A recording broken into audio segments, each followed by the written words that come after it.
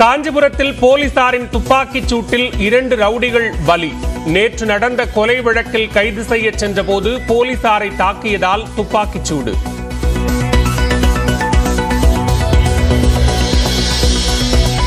சென்னை எண்ணூரில் திரவ அமோனியா வாயு கசிவால் 30க்கும் மேற்பட்டோர் மயக்கம்.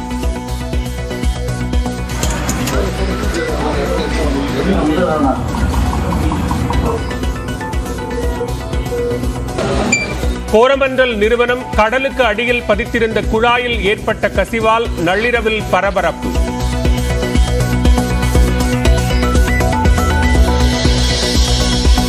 வாயு கசிவு ஏற்பட்ட எண்ணூர் கோரமண்டல் உர தொழிற்சாலை முன்பு மக்கள் குவிந்ததால் பரபரப்பு.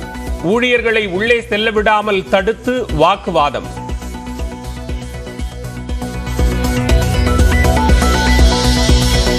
வெள்ள பாதிப்பு மீட்பு மற்றும் நிவாரணப் பணிகளுக்கு விரைந்து நிதி அளிக்க வேண்டும். மத்திய நிதியமைச்சர் நிர்மலா சீதாராமனிடம் 72 பக்க மனுவை வழங்கியிருப்பதாக முதலமைச்சர் மு க ஸ்டாலின் தகவல்.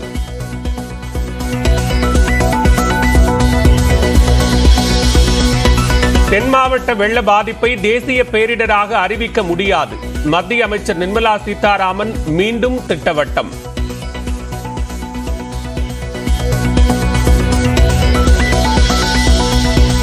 தென்காசி மாவட்டத்தில் 18,000 ஹெக்டேர் பயிர்கள் பாதிக்கப்பட்டுள்ளதாக அமைச்சர் ராமச்சந்திரன் தகவல். உரிய நிவாரணம் வழங்க நடவடிக்கை எடுக்கப்படும் என்றும் உறுதி.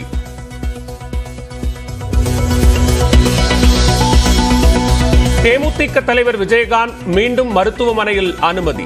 வழக்கமான பரிசோதனைகளுக்கு பிறகு நாளை வீடு திரும்புவார் என அறிக்கை.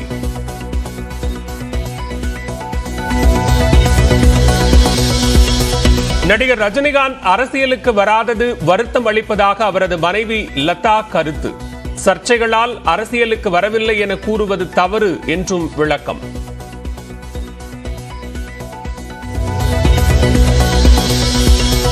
சபரிமலை ஐயப்பன் கோவிலில் மண்டல பூஜையுடன் இன்றிரவு நடை அடைப்பு. தங்க அங்கியில் ஜொலிக்கும் ஐயப்பனை தரிசிக்க குவியும் பக்தர்கள்.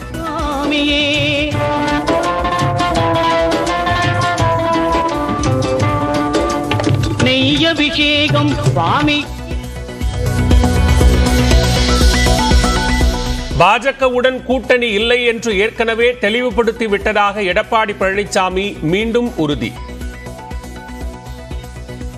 திரு ஸ்டாலின் அவர்களே, நாங்கள் தெளிவுபடுத்தி விட்டோம். அனைத்து இந்திய அண்ணா திராவிட முன்னேற்ற கழக கட்சி பாரதிய ஜனதா கட்சி கூட்டணி இல்லை என்பதை தெளிவுபடுத்தி விட்டோம்.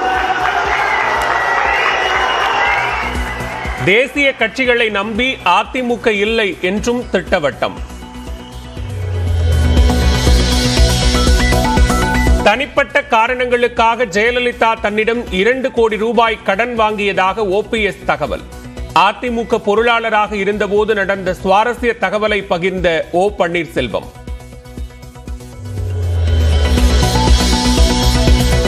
தமிழிசையை ஆளுநர் பதவியிலிருந்து திரும்ப பெற வேண்டும் என சட்டத்துறை அமைச்சர் ரகுபதி வலியுறுத்தல். திமுக ஆட்சியை விமர்சனம் செய்ய என்ன தகுதி இருக்கிறது என கேள்வி.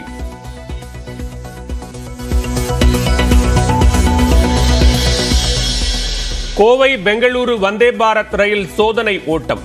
வரும் 30ஆம் தேதி சேவையை தொடங்கி வைக்கிறார் பிரதமர் நரேந்திர மோடி.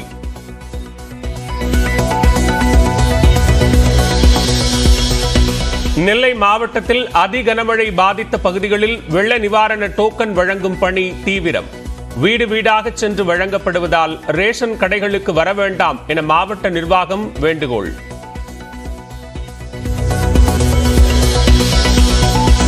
அடுத்த மாதத்தில் கூடுகிறது தமிழ்நாடு சட்டப்பேரவை. ஆண்டின் முதல் கூட்டத்தொடர் என்பதால் ஆளுநர் ரவியின் உரையுடன் தொடங்கும்.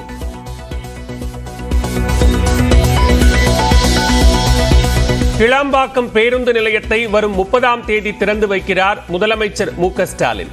சென்னையில் போக்குவரத்து நெரிசலை குறைக்கும் வகையில் நடவடிக்கை. தென்காசி மாவட்டம் பண்பொழி அருகே கிணற்றில் தவறி விழுந்த காட்டு மாடு. மீட்ட போது வனத்துறையினரை முட்டிய அதிர்ச்சி காட்சி.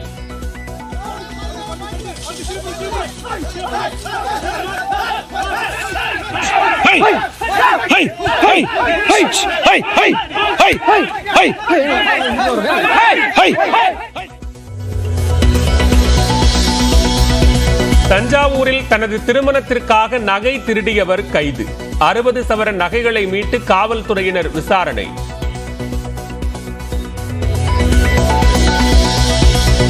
சேலம் பெரியார் பல்கலைக்கழக துணைவேந்தர் ஜெகநாதன் கைது. ஊழல், போலி ஆவணங்கள் தயாரித்தல் உள்ளிட்ட பல்வேறு புகார்களின் கீழ் நடவடிக்கை.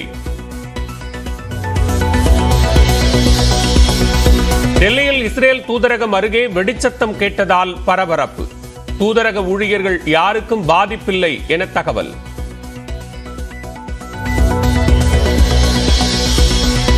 தென்னாப்பிரிக்காவுக்கு எதிரான முதல் டெஸ்ட் போட்டியில் இந்தியா தடுமாற்றம். முதல் நாள் ஆட்ட நேர முடிவில் 8 விக்கெட் இழப்பிற்கு 208 ரன்களை மட்டுமே எடுத்து திணறல்.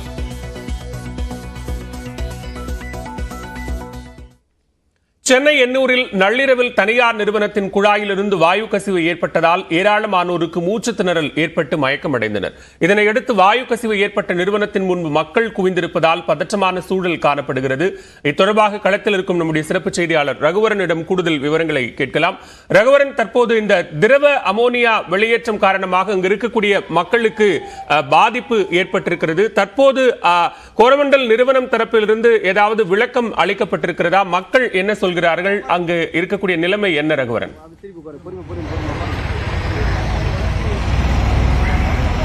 நேற்று சரியாக இரவு 11:30 மணி அளவில் சென்னை எண்ணூர் கடற்கரை ஓரமாக இருக்கக்கூடிய கோரமண்டல் தனியார் நிறுவனத்தின் உர தொழிற்சாலைக்கு செல்லக்கூடிய அந்த அமோனியா கசிவு ஏற்பட்டது, வாயு கசிவு. இதன் காரணமாக இங்கு இருக்கக்கூடிய 8க்கும் மேற்பட்ட கிராம மக்கள் அதிகமாக மூச்சு திணறல் ஏற்பட்டு பாதிக்கப்பட்டு தற்போது 50க்கும் மேற்பட்டோர் வரை மருத்துவமனைகளில் சிகிச்சை பெற்றிருக்கிறார்கள். இந்த பகுதியில் பார்த்தீங்கன்னா கிட்டத்தட்ட ஒரு 4-5 மணி நேரத்திற்கு மேலாக அந்த அமோனியா கசிவு காரணமாக மக்கள் வெளியே வர முடியாத அளவுக்கு சூழல் ஏற்பட்டிருந்த நிலையில் தற்போது அந்த இது குறைந்திருந்தாலும் இங்கு பாதிக்கப்பட்ட மக்கள் ஏராளமானோர் தற்போது அந்த எண்ணூரில் இருக்கக்கூடிய கோரமண்டல் இன்டர்நேஷனல் லிமிடெட் அந்த தனியார் நிறுவனத்தின் வாசல் முன்பு குவிந்திருப்பதை பார்க்க முடிகிறது. அது மட்டும் இல்லாமல் ஏராளமான போலீசாரும் தற்போது பாதுகாப்பு பணியில் ஈடுபடுத்தப்பட்டிருக்கிறார்கள்.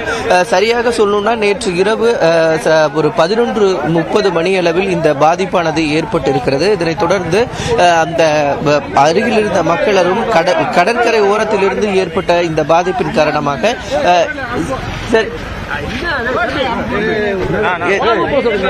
என்ன மாதிரி பிரச்சனை